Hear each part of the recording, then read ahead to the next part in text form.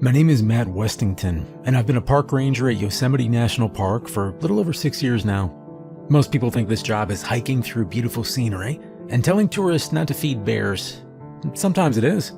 Some days I'll spend an entire shift helping families find trailheads, pulling dehydrated hikers out of the sun, or explaining for the 100th time that yes, you can absolutely die falling off a waterfall, because no, the rocks near the edge are not basically flat. But Yosemite kills people every year. That's the part the brochures leave out.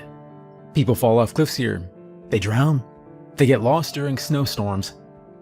They wander off trails after dark and break ankles 30 miles from the nearest road. Sometimes they underestimate elevation. Sometimes they overestimate themselves. A lot of visitors come here thinking nature is peaceful, safe, like it exists for them. And then they find out wilderness doesn't care about confidence.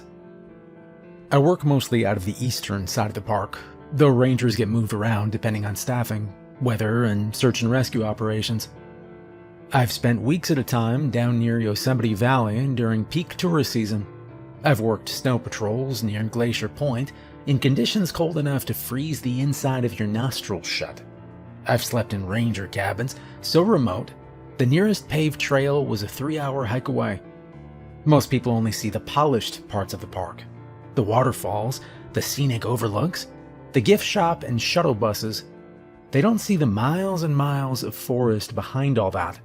They don't realize how big Yosemite really is until they're standing in the middle of it. The park covers almost 1,200 square miles. A person can disappear out here frighteningly fast. I learned that my first summer on the job. A college kid from Sacramento wandered off a trail near Tenaya Lake, trying to get pictures for social media. His friends said he only stepped off the path for a minute. Rangers found him almost 2 days later with a shattered leg at the bottom of a granite slope. He survived, barely, but the helicopter crew said another cold night probably would have killed him. A few months after that, a tourist climbed over warning barriers above the Merced River during spring runoff because he wanted a better picture near the falls. Witnesses said he slipped almost immediately after stepping onto the wet granite. Rangers recovered his body 3 days later, nearly 9 miles downstream.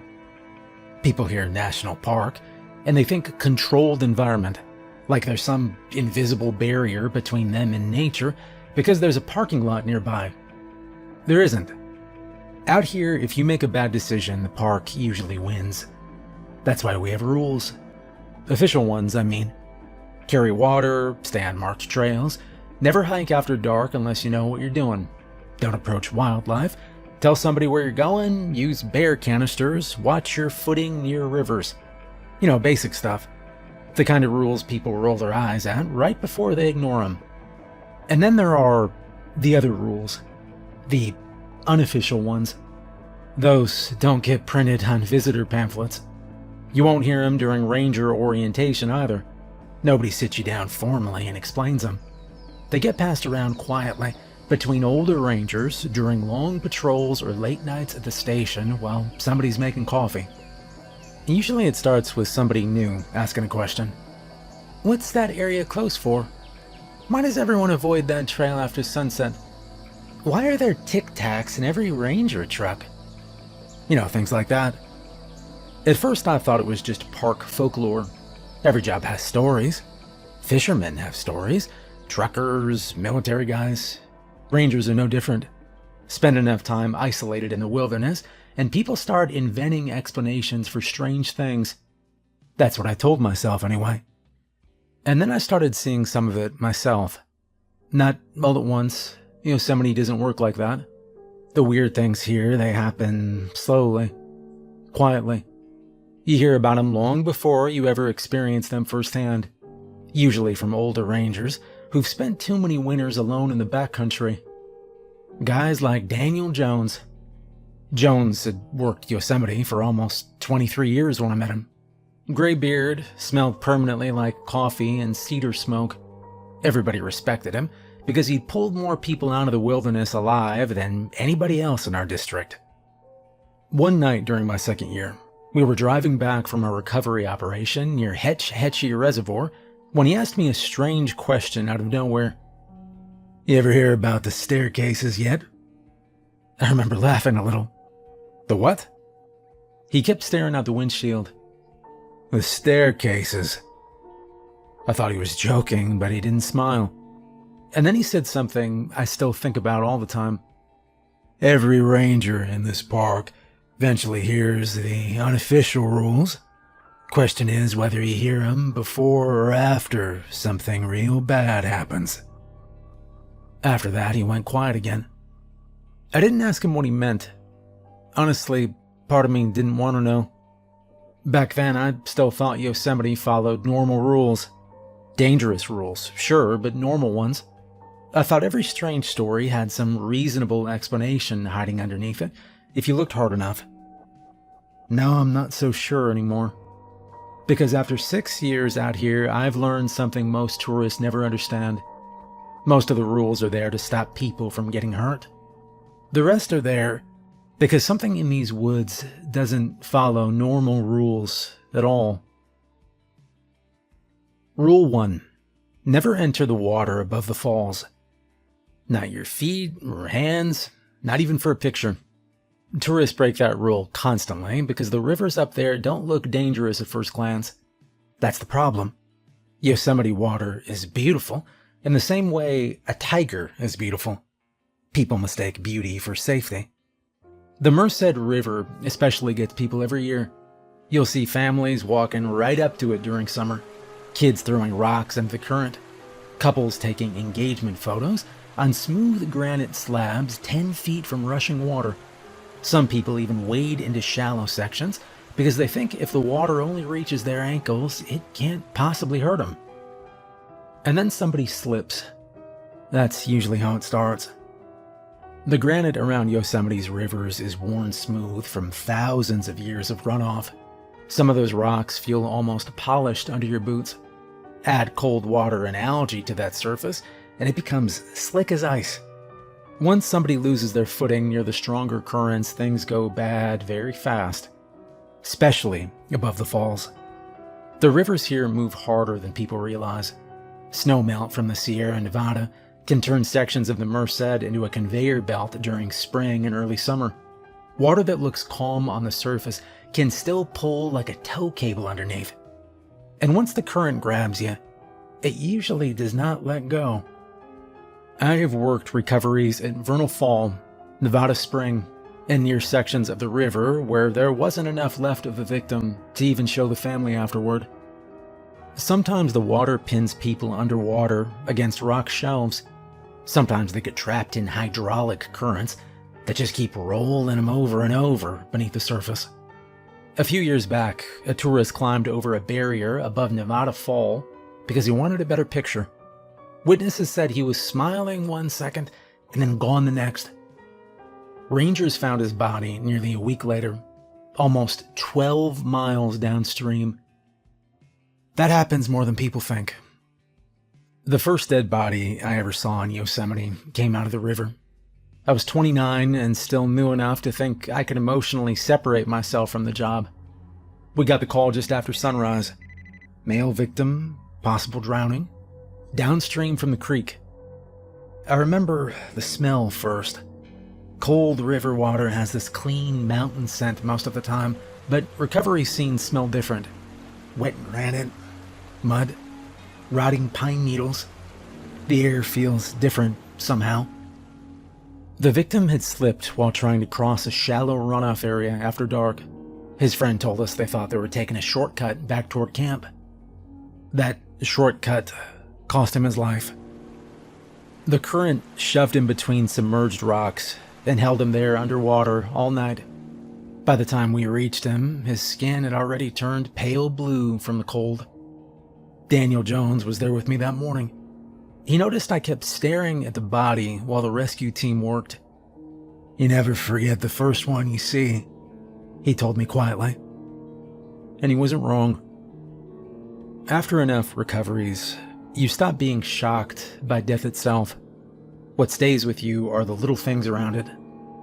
Wedding rings, children's shoes, half-open backpacks, Camera is still recording after somebody's already gone. One of the worst incidents I ever worked happened near Silver Apron above Nevada Fall. A family from Arizona ignored multiple warning signs and climbed across the rocks near the river edge during peak runoff season. Rangers had already closed sections of the area because the snow melt current was especially dangerous that year. It didn't matter. When I'm reading through scary stories for this channel, I end up in some pretty strange parts of the internet. But the real horror isn't what I find, it's who's finding me. That's why I use Surfshark to stay invisible. It acts like a shield for everything you do online, encrypting your connection and routing it through over 4,500 RAM-only servers, so there aren't any logs being stored anywhere. Your activity just disappears. And that matters because a lot of tracking happens in the background. You don't always see it, but it's there. Having something that blocks that out by default just makes sense. They also have something called Surfshark Alert. If your personal info ever shows up in a data leak, it lets you know right away so you can deal with it before it turns into a much bigger problem. And CleanWeb blocks trackers, ads, and malware before they even reach your device. Don't let your digital life become a horror story. Go to surfshark.com/lighthousehorror or use code LighthouseHorror at checkout to get 4 extra months of Surfshark VPN. It's risk-free with a 30-day money-back guarantee. The father slipped first. Witnesses said he hit the water and vanished almost immediately. His wife tried grabbing him, lost her footing too, and suddenly both of them were in the current. Their daughter survived, only because another tourist managed to grab her jacket before she went over the edge. The parents went over the Nevada Fall together, over 500 feet. There wasn't a recovery operation after that, just retrieval. That's another thing people don't understand about Yosemite. Sometimes we're not searching for survivors. Sometimes we're just trying to bring somebody home. Officially, the park tells visitors to stay behind barriers and avoid fast-moving water. Unofficially, rangers will tell you something else. The rivers up here, they feel different sometimes, especially near the falls. I didn't believe that part at first either. And then I met Kevin Turner. Turner used to work rescue diving operations in Yosemite during the late 90s.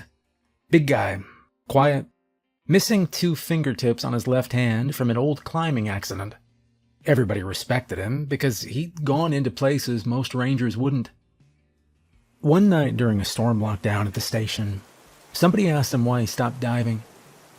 Turner sat there silently for a long time before answering.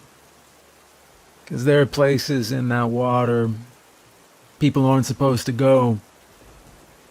Nobody laughed. I remember Jones glancing at me afterward like he wanted to see if I'd react. Turner explained that certain plunge pools beneath the waterfalls in Yosemite are far deeper than they appear. Underwater caves and granite shelves create hidden chambers beneath the surface where currents cycle endlessly. Bodies sometimes vanish in those chambers for weeks before surfacing miles away. But that wasn't the only part that bothered him. According to Turner, divers occasionally heard things underwater. Not mechanical noises, not shifting rocks, voices. At first, everybody assumed it was an auditory distortion from the currents. Water can do strange things to sound beneath the surface. But Turner claimed one diver surfaced screaming after hearing somebody calling his name from inside a submerged granite crevice. That diver refused to enter the water again afterward. Another diver reportedly cut his own tether line during a recovery because he became convinced something was moving beside him in the dark. Turner himself never explained exactly what made him quit. He just said this: "Never stay underwater near the falls longer than you absolutely have to." And then he got up and left the room. The older rangers didn't say much after that. These days, whenever I patrol the river areas, I watch tourists constantly, especially families with kids. Most visitors have no idea how quickly Yosemite can kill somebody. One second you're standing there in sunlight, taking pictures beside one of the most beautiful places on earth. The next second you're in water cold enough to stop your muscles from working, while a current drags you toward a cliff edge. And the terrifying part is how normal it all looks right before it happens. That's why the barriers are there. That's why the warning signs exist. And that's why every experienced ranger in Yosemite follows the same unofficial rule: never enter the water above the falls. Rule 2. Never go up the staircases. Now, the staircases aren't officially acknowledged by the Park Service. You won't find them in incident reports. Nobody from Yosemite administration is going to sit in front of a camera and admit rangers occasionally discover random staircases standing miles deep in the wilderness for no explainable reason. But every older ranger in Yosemite knows about them. Not just Yosemite either. I found that out later. Apparently rangers in other national parks have reported them too. Different forests and states, different designs. One guy from Montana described concrete stairs in the middle of dense pine forest with rusted iron railings attached. Another ranger from Appalachia talked about narrow white wooden stairs that appeared in different places every few months. The Yosemite staircases. They're yellow. Not bright yellow.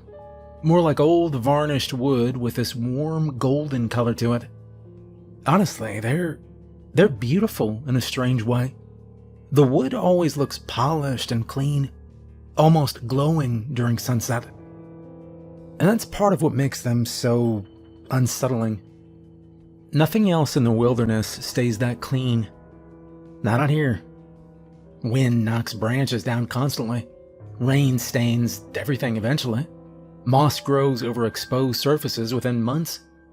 But the staircases, they never rot, never warp, never collect leaves or dirt. They just stand there, usually alone in small clearings. No cabin attached, no ruins nearby, just stairs leading upward into empty air. The older rangers jokingly called them staircases to heaven. Nobody laughs very hard when they say it, though. I saw my first staircase during my 3rd year in Yosemite. We were searching for a missing backpacker near an isolated section northeast of the meadows. Male hiker, 26 years old, experienced outdoorsman according to his family. He'd gone missing during a solo photography trip after failing to return to a campground near Murphy Creek Trail. By day 3, everybody already knew the odds were getting bad. Search operations in Yosemite are strange emotionally because you spend most of the time walking through incredibly beautiful places, while at the same time looking for signs somebody may have died there. I was partnered with Daniel Jones that day. The weather had been clear for almost a week straight. No storms or heavy wind. Perfect hiking conditions, which honestly made the disappearance worse. Usually you can blame weather for accidents out here. Hypothermia, flash floods, avalanche conditions. But sometimes people vanish during completely normal conditions. Jones and I had been hiking through dense forest for almost 4 hours when we entered a clearing maybe 40 feet wide, surrounded by massive pines. And that's where I saw it. At first my brain didn't process what I was looking at because it didn't belong there at all. It was just stairs.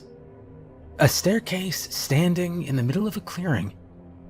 Yellow wood, about 15 steps high. No railing, no structure attached. Sunlight filtered through the trees above it, making the wood almost glow gold against the darker forest around it.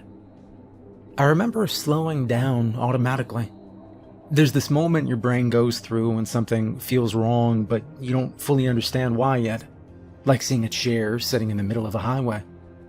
Jones noticed my reaction immediately.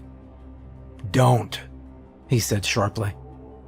I looked over at him. His expression had completely changed. Not confused or curious. Nervous. He walked over quickly and grabbed my shoulder before I could move any closer. "Back away from it," he told me quietly. "What is that?" I asked. Jones kept staring at the staircase. "I said back away from it." We slowly moved backward toward the tree line again. I noticed the woods had gotten strangely quiet around the clearing. No birds or wind. And then Jones said something that made the hair rise on the back of my neck. "Do not look at the top of the stairs." Of course, the second somebody says that, you want to. I mean, I almost did. But there was something genuinely wrong in Jones's face. I'd seen him handle fatal recoveries without blinking. Seen him climb down unstable granite slopes during storms. Seen him walk directly toward black bears to scare him away from tourists. And this was the only time I'd ever seen actual fear in him. I listened. We circled around the clearing instead and continued the search. I kept asking questions afterward, but Jones wouldn't answer most of them. Finally, after almost an hour of hiking in silence, he said this: "You see one of those things, you leave it alone." Then he changed the subject entirely. The weirdest part is what happened afterward. 3 days later, another search crew passed through the same clearing, and the staircase was gone. No drag marks, no broken branches, nothing. Just empty forest. I convinced myself for a long time there had to be some logical explanation. Maybe an abandoned movie prop somebody hauled out there somehow. Maybe a weird, art installation. Maybe rangers screwing with newer staff. And then came the woman with the Pomeranian. That was the case that changed how I thought about the staircases permanently. Her name was Margaret Weathers, 79 years old. Late-stage pancreatic cancer, according to her medical records afterward. She'd driven into Yosemite alone during late October and rented a small cabin outside the park for a week. Her family assumed she wanted one last vacation. At first, nothing seemed unusual. She visited scenic overlooks, bought souvenirs, took pictures near Yosemite Valley. Rangers later recovered dozens of perfectly normal photos from her camera. And then she disappeared. Her rental car was discovered near a trailhead 2 days later. Inside the vehicle, search teams found a handwritten note addressed to her son. The note wasn't typical, exactly. That's what bothered everybody. It was calm, organized. She explained where she was going, said she believed she had finally found the place meant for her. She apologized for leaving the family behind, mentioned she didn't want anyone searching too hard for her afterward. And then there was one line nobody forgot. "I think they lead to heaven." Search operations started immediately after that. I was part of the second-day search team. We found the dog first. Small Pomeranian tied carefully to a tree near the edge of a clearing. The leash had been wrapped neatly around the trunk. Beside the dog sat a small plastic bowl filled with water and another bowl containing food. The dog wasn't panicked. He was just waiting. And then we saw the staircase. Yellow wood, golden in the afternoon sunlight. Perfectly clean, standing in the middle of a clearing. I remember this horrible feeling settling into my stomach before we even searched the area, because I already knew we weren't going to find her nearby. And we didn't. No footprints beyond the stairs. No blood, no torn clothing, no evidence of an animal attack. Nothing. Just the staircase. One ranger quietly asked if anybody wanted to check the surrounding area again. No, we're done here," Jones said. Nobody argued with him. Well, we took the dog and left. And the staircase was gone by the next morning. Officially, Margaret Weathers remains a missing person. Unofficially, every ranger involved in that search believes she climbed those stairs willingly. That's the part I still think about sometimes. Not fear or violence. Peace. According to her family, the cancer had spread everywhere by then. She was in constant pain, barely sleeping, barely eating. Her son later told investigators she'd become deeply religious near the end of her life. Part of me wonders if the staircases appear differently to certain people. Maybe they don't. Maybe she was simply dying and wandered into the woods chasing some final, comforting hallucination. I honestly don't know anymore. But I do know this. I have seen enough experienced rangers react to those staircases the exact same way to understand one thing very clearly. Something about them scares people who are very difficult to scare. And after 6 years in Yosemite, I've learned to trust ranger instincts, especially Daniel Jones. Because before he retired, I asked him one final question about the staircases. Just one. What do you think happens if somebody reaches the top? I asked. Jones stared out toward the trees for a long time before answering. And then quietly, he said, I think whatever's up there, it's not from our world. Rule 3. Always bring green Tic Tacs. The Tic Tac rule sounds stupid the first time you hear it. Honestly, it sounds stupid the 50th time. That's probably why newer rangers usually laugh when somebody brings it up. Always carry green Tic Tacs. That's the rule. Not mint gum, not Altoids, not wintergreen lifesavers. Green Tic Tacs specifically. And only green. Not orange ones, not red ones, not mixed flavor containers either. Just green.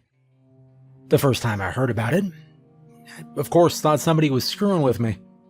It happened during a missing persons briefing near Yosemite Valley about 4 years ago.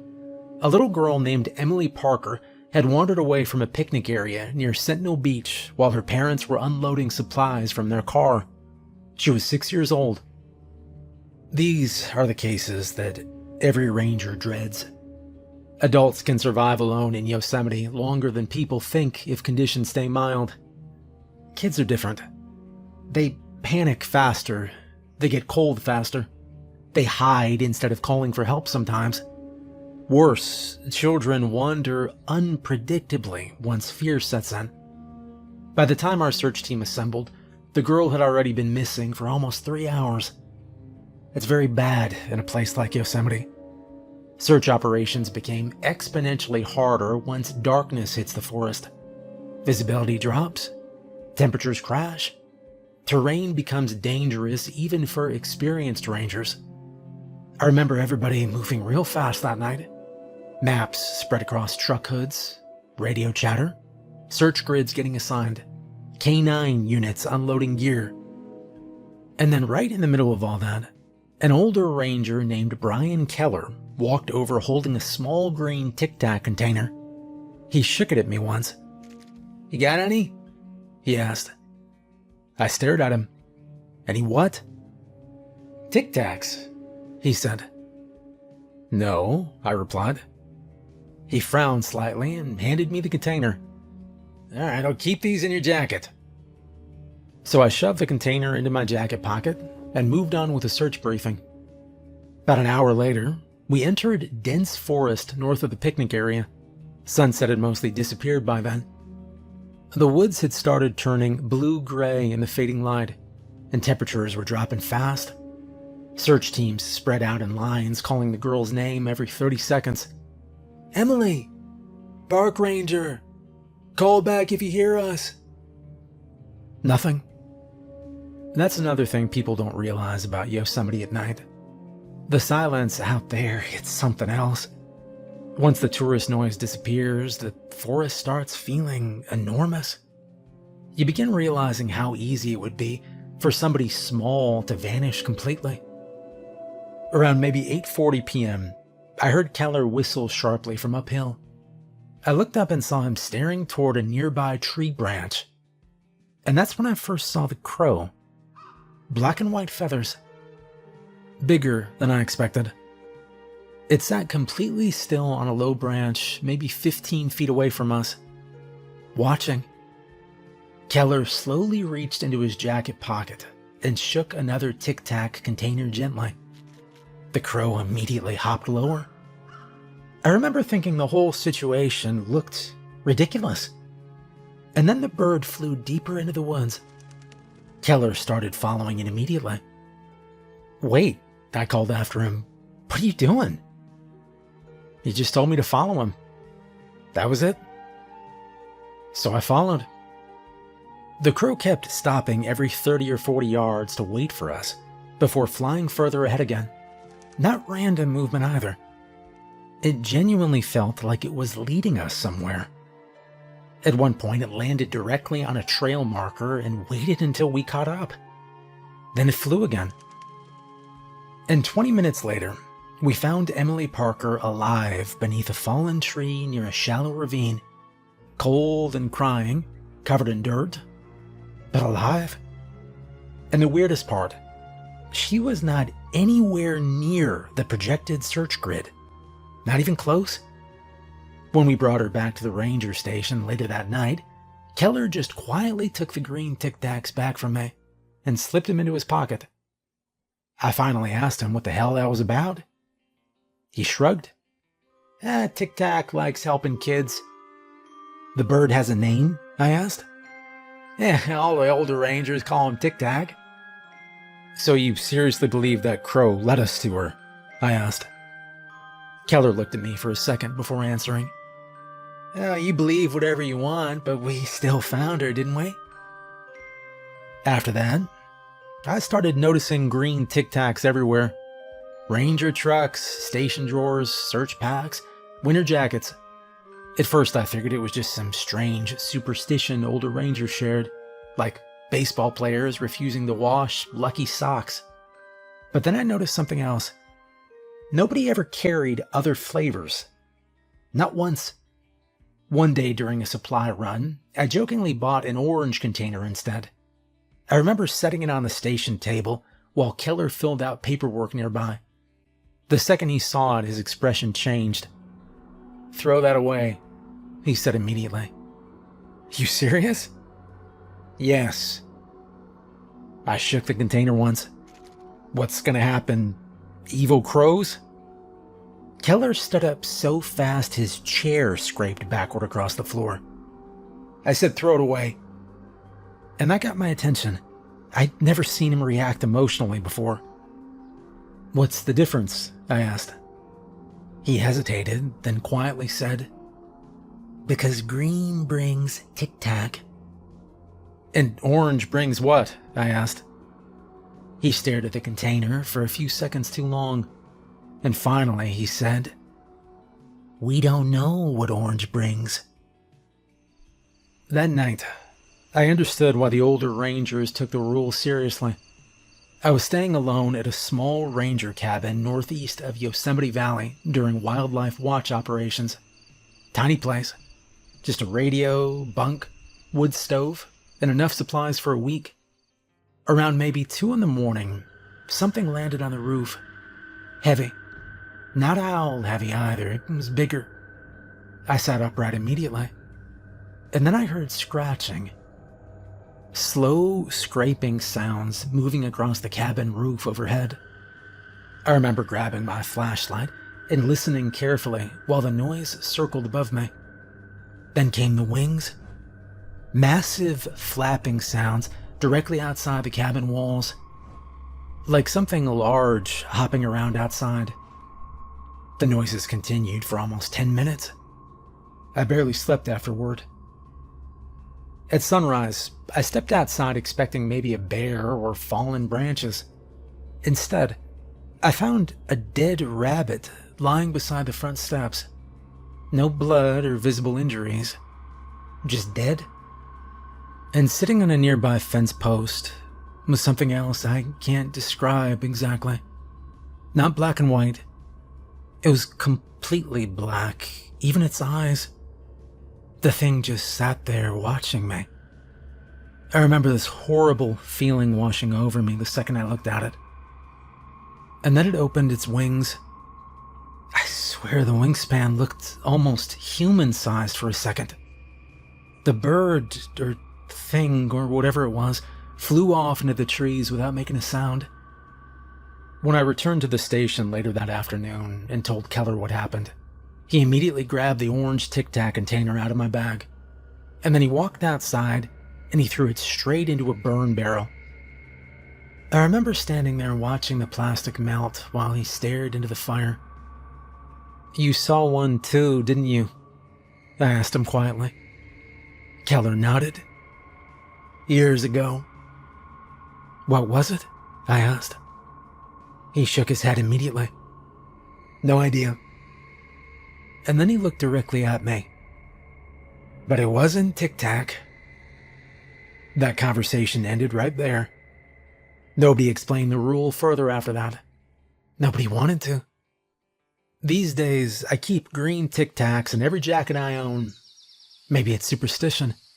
Maybe Yosemite Rangers just spend too much time alone in the woods. But after enough years out here, you learn something important.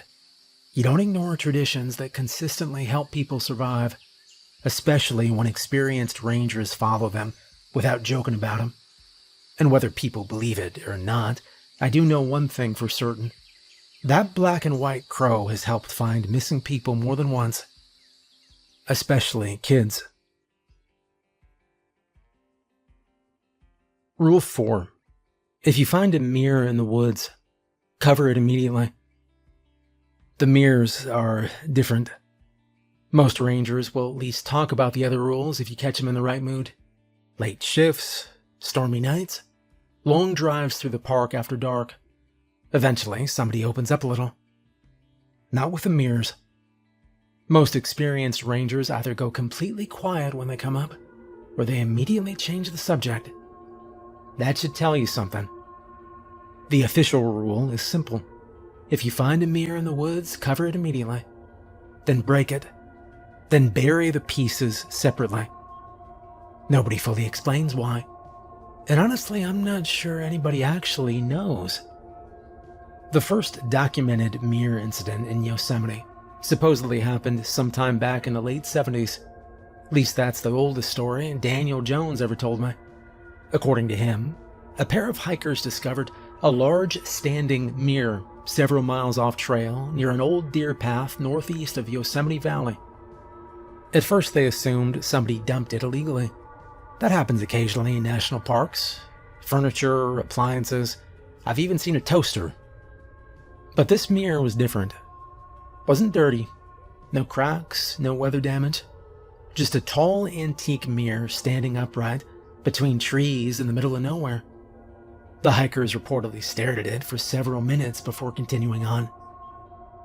2 days later, one of them disappeared. No body was ever found. The surviving hiker refused to discuss what happened afterward. Rangers tried interviewing him repeatedly during the investigation, but according to Jones, the guy kept saying the same thing over and over. I saw something moving behind the trees. That was it. No explanation beyond that. The guy checked himself into psychiatric care less than a month later. Again, I don't know how much of that story is true. Yosemite Rangers do exaggerate things sometimes, especially older ones. Spend enough winters isolated in ranger cabins, and people start turning bad memories into mythology. But the mirrors themselves are real. I know that because I've seen one. Only once.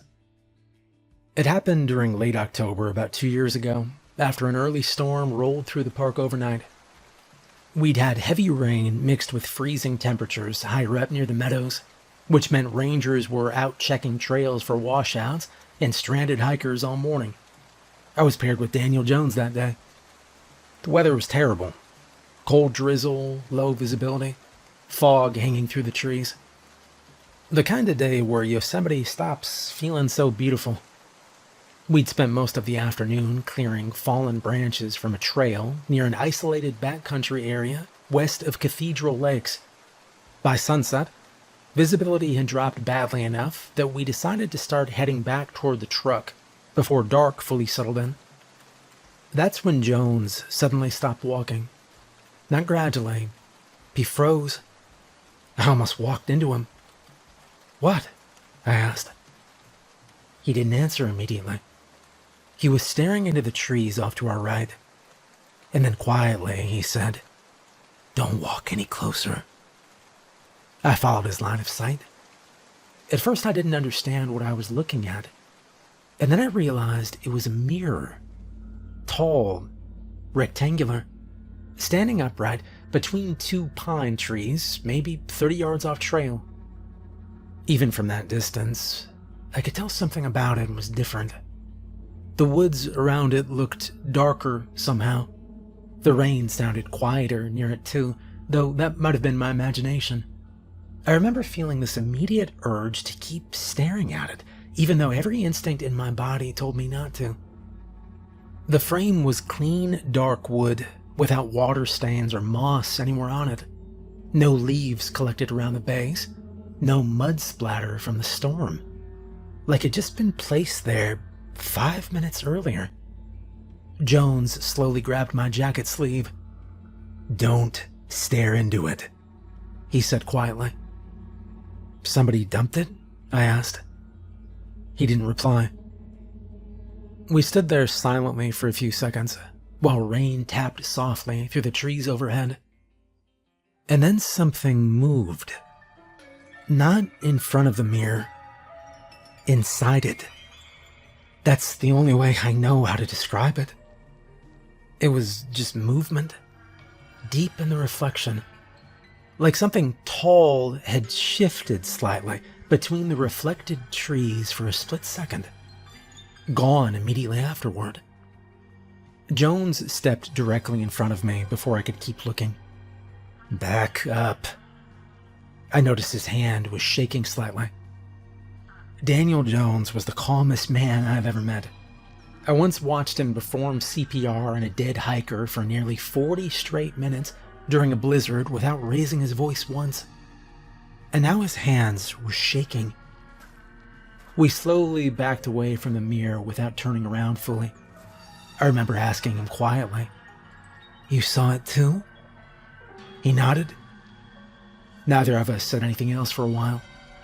Finally, Jones grabbed the radio attached to his jacket and called for another ranger unit to bring a tarp and shovels, like this was already a known procedure. About 40 minutes later, another ranger named Kevin Mitchell arrived with supplies in the back of his truck. Older guy, quiet. Jones simply pointed toward the woods. Mitchell looked at the mirror once, and I could see fear wash over him. All three of us walked back toward it together, carrying a heavy green tarp between us. I noticed something else while we approached. The forest had gone completely silent. Jones stopped about 10 feet away. "Don't look directly into it," he warned Mitchell. I know," Mitchell replied immediately. The three of us carefully threw the tarp over the mirror, and the second the fabric settled across it, I heard something underneath tap lightly against the glass. 3 slow taps. Everyone froze. Just soft, fingernail-like tapping from beneath the tarp. Mitchell whispered, "Let's move." Nobody argued. We lifted the covered mirror carefully and carried it deeper into the woods away from the trail. The entire time we moved it, I could hear faint sounds beneath the tarp. Tiny, scraping noises. Eventually we reached a shallow clearing where Mitchell set the mirror down carefully, and then he handed Jones a shovel. "What are we doing?" I asked. Jones looked at me. "Breaking it." "Why?" Neither of them answered. Jones swung the shovel hard into the center of the mirror. The glass exploded beneath the tarp with this awful cracking sound. And for 1 second, just one, I swear I heard something else crack too. Not glass, something deeper. Nobody spoke afterward. The three of us carefully pulled the tarp back. Broken mirror shards covered the ground beneath it. I made the mistake of glancing down at one piece near my boot. Even shattered, the reflection looked wrong somehow. The shard reflected trees, but not the trees around us. Different spacing and shadows. And way back between those reflected trees, movement. I looked away immediately. Jones saw my reaction. "Don't keep staring," he said sharply. We spent the next hour burying the mirror pieces separately throughout the surrounding forest. Deep holes far apart. Mitchell insisted on it. 1 shard per hole. No exceptions. By the time we finished, darkness had completely settled across the woods. None of us talked much during the hike back. Finally, about halfway to the trucks, I asked the question that had been sitting in my head the entire time. What happens if somebody looks too long?" Jones kept walking silently for several seconds before answering. "I don't know," he admitted. And that bothered me, because Daniel Jones usually had answers. "But something bad follows it. Every damn time," he said. After that day, I started hearing more stories. Not officially, never officially. Just ranger stories passed around quietly after dark. A search and rescue volunteer who vanished after discovering a mirror during a snow patrol. A hiker near Yosemite Creek who reportedly ran 6 miles barefoot through the woods, screaming that something was walking between the trees. A ranger from the early 90s who supposedly stared into one for nearly 10 minutes straight before quietly resigning 3 days later. Nobody knows exactly what people see in the mirrors. The descriptions never fully match. Some people claim they saw movement deep in the reflection. Others say they glimpsed something standing impossibly far back between reflected trees. The older ranger described it this way once. "It's like seeing a predator notice you." That's honestly the closest explanation I've ever heard that feels accurate. Then there was the boy, Lucas Reed, 8 years old, missing for almost 2 full days near a campground outside Yosemite Valley. Search teams eventually found him alive, sitting beside a fallen log roughly 4 miles from where he disappeared.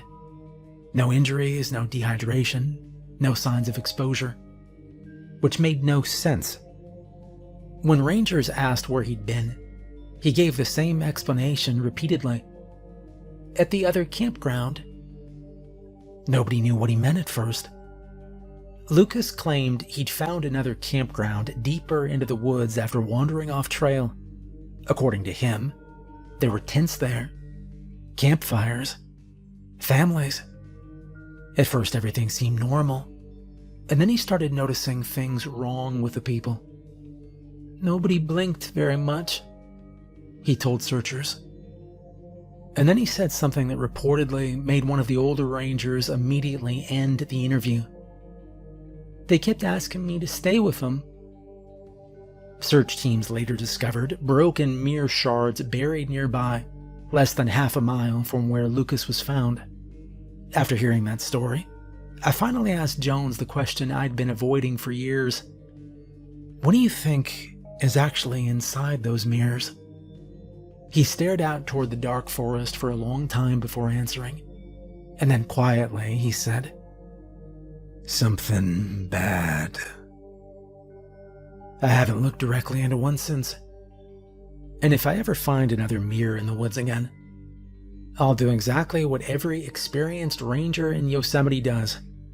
Cover it immediately, then bury the pieces separately.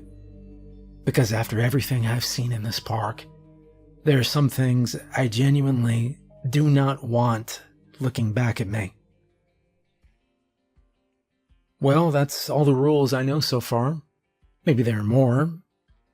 Honestly, I hope there aren't. Most tourists will visit Yosemite and never experience anything strange. They'll hike the trails, take pictures near Half Dome, complain about the parking situation, then go home with a phone full of waterfalls and sunsets. That's probably for the best. Because Yosemite really is beautiful, especially early in the morning. There are moments out here when the sunlight cuts through the trees just right, and the whole valley glows gold beneath the mountains. Sometimes you'll see fog rolling through the pines, while deer move silently through the meadows. And for a few minutes, the park feels untouched, ancient, bigger than people. That's the feeling most visitors leave with. Not the disappearances, not the recoveries, not the unofficial rules rangers quietly pass to each other during night patrols. Most people never hear about the staircases, or the mirrors, or the children who only made it home because a black and white crow led rangers through the trees.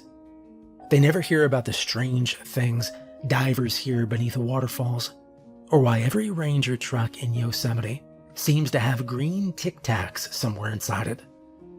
And maybe that's a good thing. Because after enough years out here, I've started realizing something. The wilderness already hides people, naturally. Every year, hikers vanish in forests all over the country. Some are eventually found, some aren't. Search teams blame terrain, exposure, animals, human error. Usually they're right. Usually. But Yosemite is enormous. There are sections of this park most tourists will never even come close to seeing. Miles and miles of forest, caves, rivers, cliffs, and valleys where a person could scream for hours without anybody hearing him. Places older than roads, older than the United States, older than anything people have built. And if something strange really did exist out there, if something ancient wanted to stay hidden from humanity, where better to hide than a place where people already disappear every year? Maybe that sounds crazy. 6 years ago, I probably would have thought so too. But then again, 6 years ago, I'd never seen a staircase standing alone in the middle of the woods. And I'd definitely never seen something move inside a mirror that should have reflected nothing but trees. So believe me or don't. Honestly, I'm not even sure I'd blame you either way. Just remember this if you ever decide to visit Yosemite someday. Stay on the trails, keep away from the water above the falls, and if you ever find a mirror standing alone deep in the forest, don't look into it.